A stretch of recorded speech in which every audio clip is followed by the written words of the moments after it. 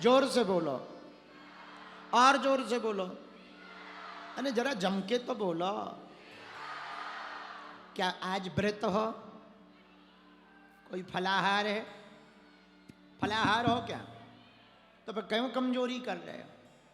तुम्हें तो कुछ काम ही नहीं करना है, बस इतना ही तो करना है। सीताराम सीताराम। अच्छा, नींद तो नहीं आ गई है? हाँ, नहीं, कथा में आती है, उसे कोई बुराई नहीं मानना। एक हमारा चेला था हरियाणा का, हम कथा सुनाते थे, वो सो जाता था। अच्छा, हमें लगता था ध्यान में। एक दिन हुआ, 2 दिन हुआ, तीसरे दिन हमारा ही दिमाग खराब हो गया। हमने कहा जब जजमान ही सोता रहेगा तो दक्षिणा कौन देगा? दक्षिणा कौन देगा? पता लगा खुद का किराया लगा के जा। हमने कहा भाई चेले, एक दिन बुलाए, हम कहा इधर आ। बोले जी गुरु जी। हम कहा सोते ही रहते हो? बोले गुरु जी एक बात बताओ, कितने दिन की कथा बाकी है? हम कहा गिनती गिन रहे क्या? मात्र 3 दिन बचे, 4 दिन हो गए। बोले नहीं नहीं, क्या गुरु जी 1 महीने की कथा नहीं हो सकती?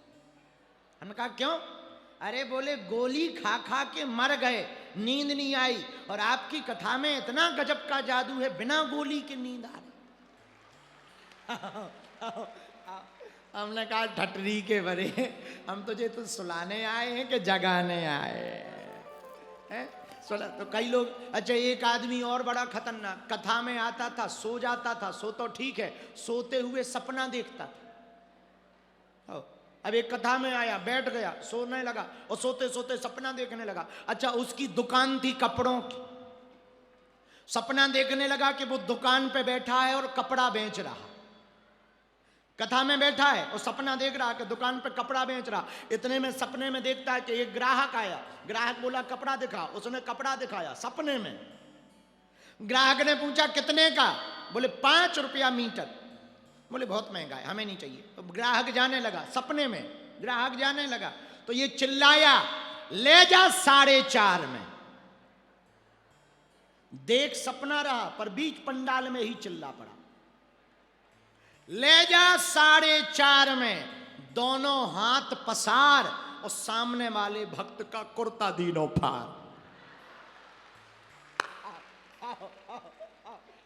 था सपने में था। उसे लगा दुकान पे है, तो कपड़ा की जगह बगल वाले भगत का कुर्ता पकड़ लिया। जितने कुर्ता पहने बैठे हैं बच के रहना। आओ आओ आओ। तो ले जा 4.5 में, दोनों हाथ पसार, सामने वाले भक्त का कुर्ता दीनों पार। ऐसे भी श्रोता होते हैं। श्रोता भी कई प्रकार के होते हैं। आप लोग तो बहुत अच्छे श्रोता हो, हम बुराई नहीं कर सकते, क्योंकि 2 दिन और कथा सुनाना है, कौन मुसीबत मोल ले। आप लोग तो बहुत अच्छे श्रोता, बहुत अच्छे श्रोता। छत्तीसगढ़ वाले तो अच्छे होते ही हैं। छत्तीसगढ़िया, हाँ देखो अपने मुंह से ही कह रहे हो।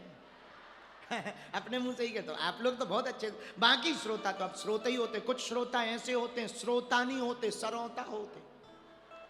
ये सरौता बड़े खतरनाक, कथा में आते हैं बगल वाले से, ये जानबूझकर करते हैं नाटक। चूना है क्या? चूना, तमाकू तो है, चूना नहीं है, चूना। और कुछ ऐसे भी होते हैं, माचिस तो, बीड़ी है क्या? बीड़ी। इन्हें श्रोता नहीं कहते, सरौता कहते हैं। एक और श्रोता होते, 3 नंबर के, ये खतरनाक, घर से चप्पल पहन के नहीं आते और पंडाल से खाली हाथ नहीं जाते।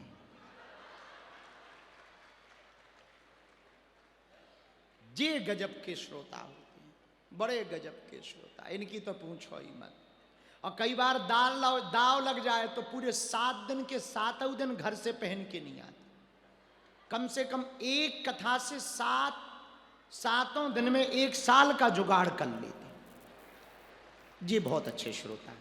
ये भी गजब के श्रोता होते हैं, इनकी तो बात ही अलग। अच्छा, कुछ श्रोता होते आजकल रील वाले, वो भी कम नहीं है। घर से बताएंगे, अब आज मैं बागेश्वर बाबा के पंडाल जा रहा हूँ या जा रही हूँ, फिर यहाँ आके दिखाएंगे, देखो हाय गाइस, हाय गाइस, आज मैं बागेश्वर बाबा के होरी, अरे मैंने दादा खूब मनई आए हैं, खूब भीड़ आई है, तो हाय गाइस। ये भी, इनको रील वाले श्रोता कहते हैं। ये कुछ दिनों से नई वैरायटी लॉन्च हुई है।